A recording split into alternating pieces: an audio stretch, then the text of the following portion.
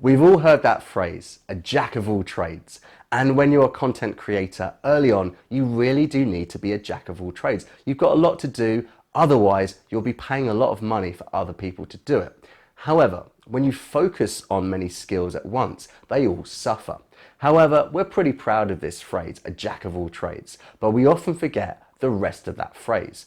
A jack of all trades is master of none. And I've been really struggling with one of my skills, so I've been trying to improve it. Not least because one of my viewers sent me an email saying how crap I am at it. So let's talk about that. Hello YouTube, and a very special hello to all my subscribers. My name's Phil and welcome to my channel where I document my journey building an online income, and things are looking up, to be honest. So if you're joining me for the first time, or if you've seen a couple of my videos and you're not subscribed, why not become a subscriber now? Okay, so we're talking about one of the skills that I've been struggling with and I'm trying to improve. And I got an email from a viewer called Banda, and this guy's an absolute sweetheart because he's offered to help me for free. And pretty much this is how the conversation went. Hi Phil, it's Banda here. I don't know how to tell you this, but your YouTube thumbnails are so crap. Hey Banda. Yep, I can agree with that. Now, I think they're really stopping your channel from growing because they're so crap. Yeah, I've been worried about that as well. I think it's probably true. Look, obviously you're not very good at doing this, so how about I help you? How about I do a couple for you for free? Well, I think that's going to be very helpful, but I think I need to learn how to do this myself, and I'm slowly getting the hang of it, I think. So, let me show you what I've learned. Okay, sounds good. So yes, I know my thumbnails have not been the best out there, but to be honest, it's because I've been doing so much on this channel. I've tried to focus on different things at different times. So firstly, I was more interested in the content. After that, I was worried about audio. Then I tried to change the background to make it a bit more interesting. And now I'm focusing on thumbnails. So what I want to do today is to show you how I used to make my thumbnails for free, and then compare that to how I'm making the thumbnails now, which I think are a little bit better. And this is a tool where you get a 30-day free trial, and then afterwards, if you want to unlock all the features, you actually have to pay for it. And I think it's quite reasonable. It works out for around $10 or something a month, or if you pay for a full year, it's a lot cheaper. So there's no point hiding it. We're talking about Canva, and I really like it. So let's talk about why. Okay, so if we look at my YouTube channel, and there's something like 50 odd videos here, and you can see that there's a theme. There's definitely a theme. For some reason I liked orange. I thought it was an eye-catching color, but I can see, yeah, okay, they're not the best, are they? I thought going for the white writing and stuff was pretty good, but you can see where my first videos, I didn't want to use my face. And then we get to what, oh God, quite a way in. So probably that's what, 1, 2, 3, 4, 5, 6, 7, 8, 9, 10, 11, 12, 13, 14 videos in. I used my face for the first time. And I didn't really use my face until probably video 20. So they're all pretty much the same. But as I said, I didn't really try anything new. Maybe in this video where we were talking about the end of Amazon, sort of cutting the affiliate commissions, I tried something a little bit different, and then I was trying to branch out a bit.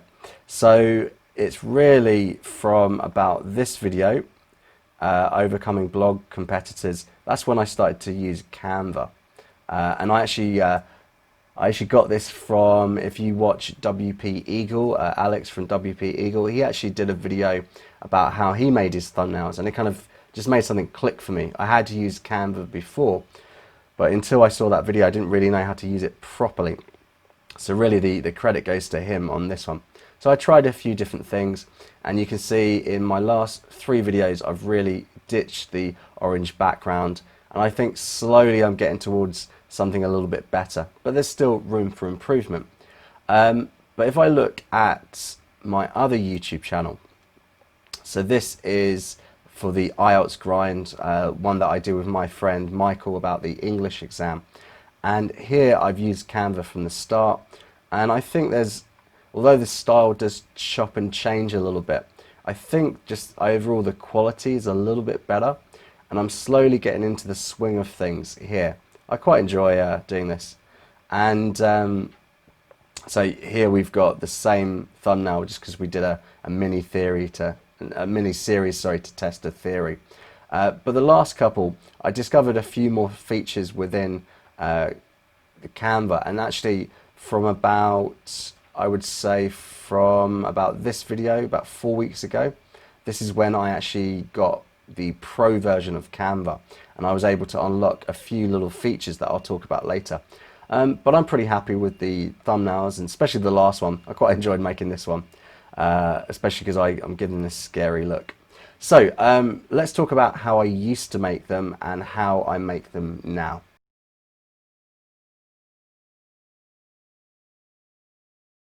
So I'm here in my editor. I use Power Director. So one of the things that I learned was that you really got to have a person's face on a thumbnail. It seems to make people want to click on it more. So what I do to get that picture is I actually take a still from the actual video. So I normally shoot a bit of the video, and I just go through it and I try and find. I'm normally posing. Oh, that's a good picture of me there. Oh, even better. I just go through until I find something. Okay, well, that could be kind of a good one for a thumbnail. So I take a little picture using this here, little screenshot. Okay, I think I had a bit of inspiration here. Oh, I'm pretending to paint, apparently. That is ridiculous. Okay, that's a good one. Right, so once I've got my screenshots here, what I want to do is try and remove the background. So let's talk about how I used to do that back in the old days. Okay, so what I use for my photo editing, all that sort of stuff, is a free program called Gimp. So in certain ways it's a lot like Photoshop, but it's just open source, and you can download it for free. So the version I have probably is a little bit older, but I haven't updated it purely because my computer is a little bit on the fritz, and I don't want to put any new software on it that might not work. So I kind of, if it ain't broke, don't fix it kind of thing. So I go over to Gimp, right? I've got all the different photos up here, opened up from the. So if I was to take, let's deal with this one. So the way I used to do it was I would go to the cutting tool here, and I would literally go in, get as close as I can, and I would cut the whole thing out.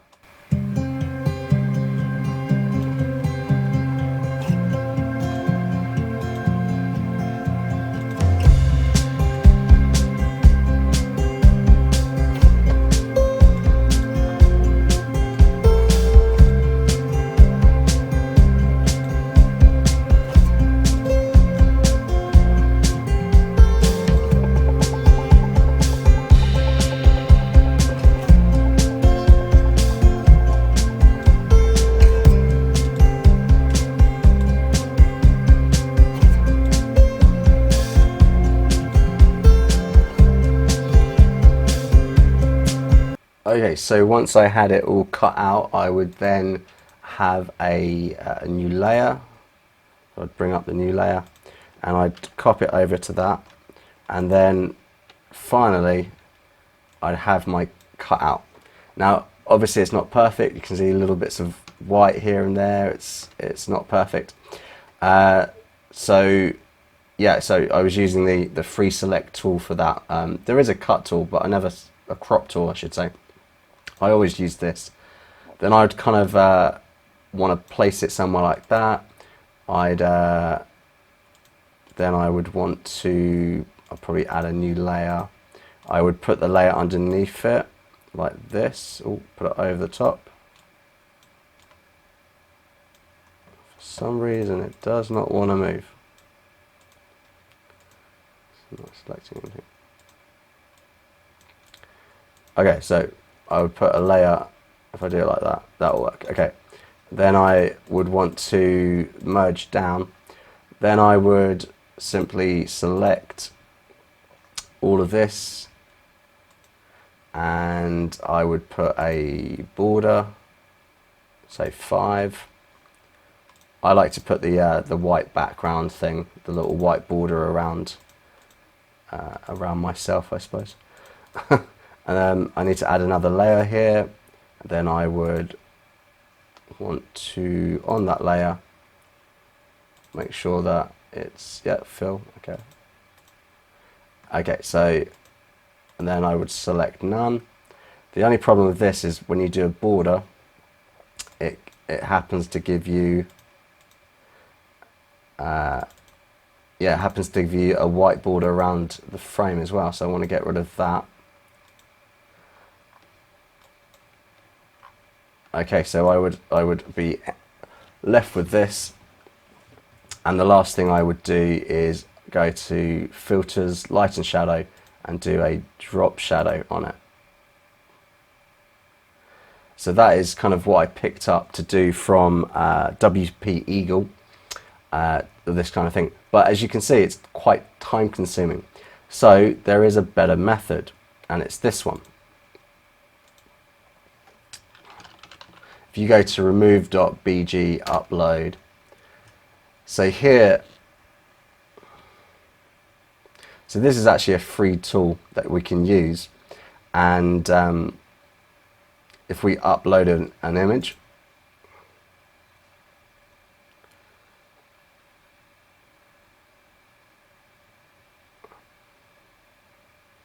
so literally it does that, it removes the background really quickly. Now you can download, so this is free to use, but you can download only a 60, ironically 666 pixels by 375, and if you want to pay for that, it costs you 1 credit, and so 1 credit is, I'm not sure, you have to sign up, and I think you've got to pay. You've got to pay for the credits there. So you can download it and actually resize it in with Gimp. So if I open that up, okay, so this is the image. You can see it's the 666 pixel size. So I can just scale that. I normally do something like, I don't know, 1500 or something. So I can scale it up, but you can see that the quality is not quite there. And I can do the same thing. So I can add a layer. I can, so maybe if I unselect that, I just go over to copy visible. Let's open another layer on that. Boom, put it here. And okay, so I can move this up, so I can get a bit of the bottom there. I can merge this down very quickly, which is in layers, merge down, and then if I open up a new layer underneath it, so then I'm just going to select the image outline, and I'm going to do the same thing, do a border 5 pixels, go to the layer underneath, and oh, okay, I've got to make sure here it's in normal. Okay, fill that up, and you can see that if I select none, you know, just fill it up like that, I get the background, not looking too great.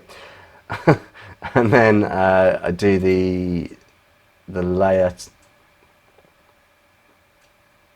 do the filter, and then I can do the drop shadow. Oh dear, I forgot. I've got to get rid of the border. So I go to the paint tool, erase, make sure I'm on the right layer. Yeah, okay, and now I can do, on this one I can do filter, light and shadow, and drop shadow. Okay, so that's a way to remove the background for free. But the thing about Canva is they also have this feature. Okay, so here on Canva, if I just go to create a design, I'll do custom dimensions, let's say 2000 pixels by 1500, that's probably going to be okay, roughly. So it's going to create a blank template. I'm going to go up to uploads here, upload an image from my device. Oh, they've just changed this. Let's get that same image as we had before. So I just click on that, it appears on my design. Let's try and sort of resize it, get it to enough the right size. Okay, something like that. And all I want to do is go to Effects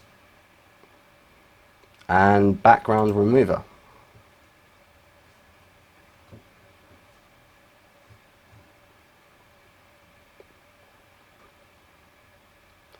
And it's as simple as that.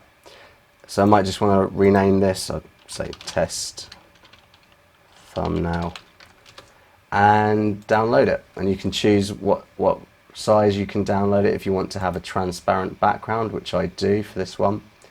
Obviously in PNG, so we get the transparent background for that, and just download. Okay, so on the left is what we made before with the free tool, the remove.bg, and on the right here we've got the same version from Canva. And so if I just go through the same process, I'm just going to put a nice sort of white background around it. So I want to do the same thing as I've been doing before. I want to get a new layer, see if it will let me do. No. For some reason it's not letting me. Normally I can move it up and down. I think my computer's on the blitz, on the fritz I should say. It's not really letting me move those layers up and down. Not to worry, there's always a workaround. So if I put a layer here, boom, put the image there, and now I want to just magically select the background. I'm going to put a border. Oh no, actually maybe I want to, I've been moving it up, haven't I? So how about, yeah, I move it up, that way I can get a border around the bottom as well. So I want to go to merge down in Gimp, and then I want to put another layer underneath, and then I go back and I click to select the image, put a border. So I did 5 for everything else. Let's try that here, see if it comes out any better. Go back to my paint tool, it's back to white, and I also like to click so it's all white in the background. Then from here I want to go to filters, light and shadow, and drop shadow. Oh, I always forget this. Always forget to do that border around the background. Okay, so yeah, I've on this color arrays, do that. Okay, back to filters, lights and shadow, and drop shadow, and there we go. So if I just export this. Okay, so the way that I used to make these thumbnails was I would always work off something I'd done before to get the right size. So oh, this is not very pretty. So this is from way back when. So I would have just sort of gone through and got rid of everything pretty much like that. And before, I always like to start off with that lovely orange background because I thought it was nice and eye-catching. But apparently not. According to Bandit, it was a bit Brad Pitt. So what I would do here would be to import the thumbnail that I've been working on. So I'd open as a layer.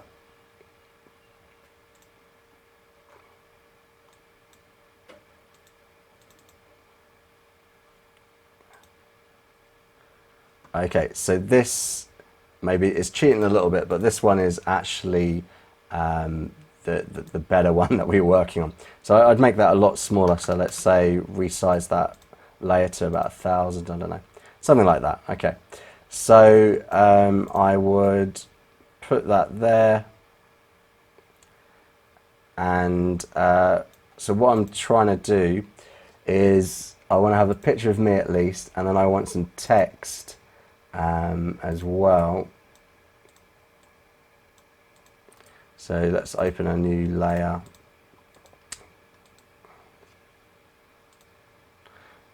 Okay, so I would put some text up. What would I say? Let's make it a little bit bigger. Let's say something like 60. So we're talking about thumbnails. So I want something a little bit catchy, I suppose. Let's say, let's put a question, which thumbnail is better? Question mark. Okay, so here I would have to turn this to dynamic. And right, so I don't like that font that very much, so I'd have to figure out a better font. I don't know, is that better? No. Maybe Arial. I don't know. Because I want something that's easy to see, right? So B, C, that could be okay. What's that? It's easy to see. Broadway. Maybe Broadway.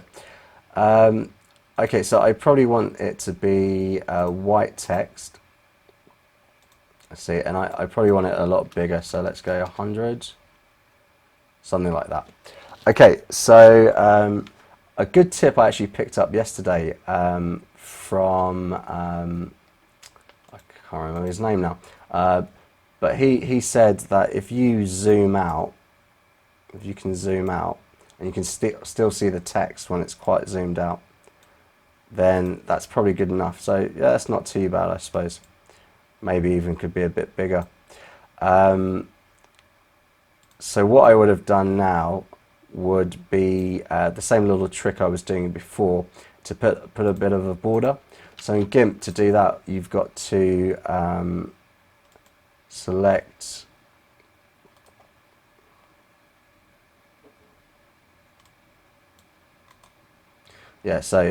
path to text.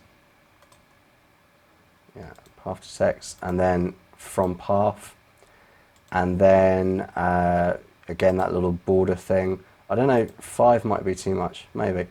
And then I go to a different layer here, and I'm in black. Good. So I'd put that. Okay, and pretty much that would have been me done. So that would be how I made the other, the former thumbnails. But let's look at how I might make that on Canva today. So if I go here, I'm just going to go to a YouTube thumbnail. So it comes up with a blank canvas here. So if I just bring in that picture that we were working on before, yep, so there it is. Just put it there. Okay. So, okay, that looks kind of big enough. So what, we had some text, and so it was which thumbnail is better. Okay, so if I just do something like this, let's change that to something like, I don't know, 70, something like that. Okay, so I just need to go up here to the font. I quite like Intro Rust at the moment. I think it's quite good. Alright, so you can resize the text like this. Okay, fair enough. Okay, so obviously not looking too good at the moment. So what you can do is you can go for photos, elements, even videos, but I quite like doing backgrounds at the moment. So you can choose anything from a color. So I could obviously just go back to doing the orange again. You've got patterns, gradients, lots of different options here. And you know, most of these may be open in the trial, but obviously when you're using a Canva for free, which you can do, you won't get all of these. But once you have the trial or you go pro, you will do. I'm going to go, I quite like this design at the moment. Just talks to me for some reason. Now the problem here is with black, it's not going to work. So I think always I should have it in white, and I want to go to effects, and I quite like doing a shadow with, and it basically gives it pretty much a border there. But I think I could improve that. I kind of want to highlight thumbnail and better. So one way I can do that is I go to element and I can come up with a box. So if I clicked on this, for example, so I just want to kind of size it up. Okay, that's not going to be big enough. Did it something like that. Okay, how about if I went a little bit bigger with the text? If I went to 80, would that work? Can I get that all on the page? I've got to resize it. Okay. Yeah, so maybe if I went with 80. And then if I send this to the back, should bring that box to the forward where my, there we go, okay. My computer's slow. Okay, so I could, for example, I could change this. The back, the border can be black, and I could put that as red. And if I send that to the back, okay, so it's kind of, the issue I've got here is the text. Now what I can do is I can change the line height. So if I changed it to something like 1.6, okay, and then I could still kind of want that box, so send text to the back, could just make the box a little bit bigger, maybe something like that, and bring the text back to forward. Okay, a little bit better.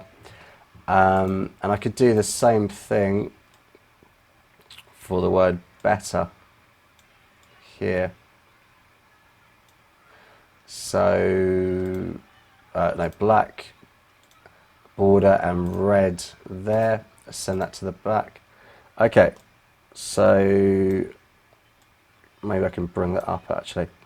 So let's bring that, send the text to the back. Center back, so I can bring that up there, bring that up there, and if I send the boxes to the back, and I could just play around a little bit with the text. Okay, so I think we're kind of getting there. It's not too bad. Probably a few little tweaks I need to make, but if we compare what I've done there in a couple of seconds to what I was doing before, quite a difference, I think. And it's also the time that it takes. To remove the background with Canva just takes seconds, and it's got all these extra elements that you can play around with. Now if you do have Photoshop, if you do have Gimp, which is free, you can add a few extra things, but by using Canva and Gimp together, I found that the quality of my thumbnails, it's improving slowly. I mean, obviously, you've got to have a bit of a creative eye. I wouldn't say I'm the most creative person out there, but you can make something a little bit more eye-catching than what I was doing at the beginning with just basic text and a very basic background. So that's how I make my thumbnails today. And as you can see, it's kind of a learning curve, and every time you do it, you get a little bit better. You know, as the saying goes, practice makes perfect. Now, I cannot recommend Canva enough. It's really great. For one thing, it's a free tool, so you can do much of the things that we've been talking about for free. The only thing that really pushed me over the edge to actually buy it, to get a full year's membership to that, was the fact that you can quickly remove the backgrounds. And that's really important for the thumbnails because it's going to save you a lot of time. The other thing is you get access to a lot more of the features, including things like for the text, you're able to put backgrounds, shadows, things like that on your text. And also you can get access to a lot more of the elements and the photos. So if this is something you've been thinking about, whether or not you should do it, I recommend just go and get the free 30-day trial. You can find a link in the description which will go over there. And if that's something you like and you end up paying for it, then I will get a small commission. And I really appreciate that because it helps me carry on doing this channel. Now, the thing is, which I really liked about Canva, is that now you can use PayPal to actually pay for it. Before, I had to use a card, and it was a bit tricky for me because of I have accounts in lots of different places and not all the cards are accepted. So you can actually pay with PayPal, which I thought was very convenient.